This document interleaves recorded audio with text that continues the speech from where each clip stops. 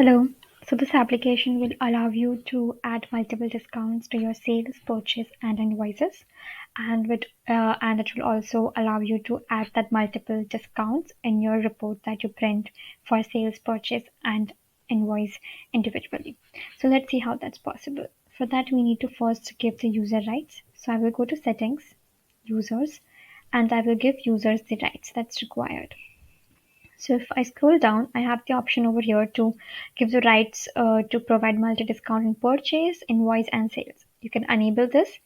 Once that is done, I also need to enable the sales discount settings. So I'll go to settings and sales, and here I need to enable this particular discount under pricing. So I will enable this setting as well, and I will save this. So once that is done, once we have activated all the settings, we will go to sales, and I will create a new quotation from here. I will add the customer. Here you can see we have a new field called multiple discount report print, and you have a new column here as well called multiple discount. So let's see how it works. So I will add the product here. Now you can see I can provide discounts multiple times. So let's say I provide 10.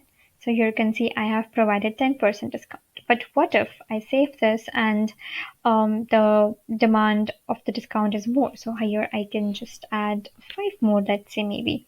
So here you can see we have 15% discount. So I can save this again, and you can see the total discount amount here as well.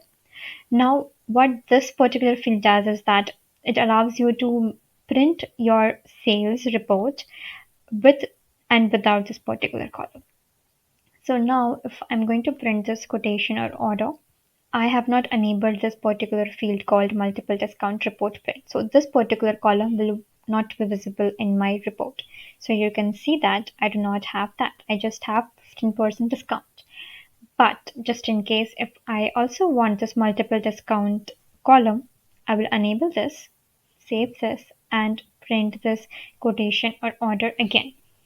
Now that we have enabled this, we will see that column as well.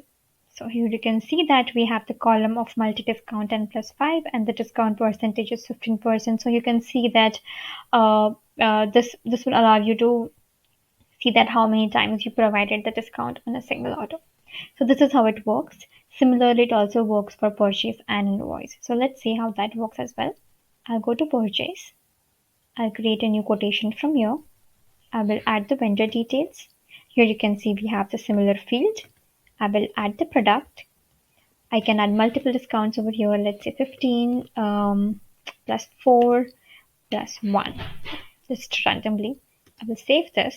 Here you can see we have 20% discount, total discount amount. You can print this with and without the multiple discount column report. So let's see if I print this with multiple discount column, then how it will look like.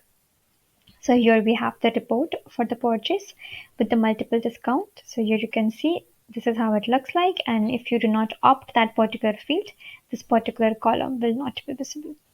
So now let's see how it works when I do the same from invoice. So if I directly create a new invoice from here, I'll just add the details.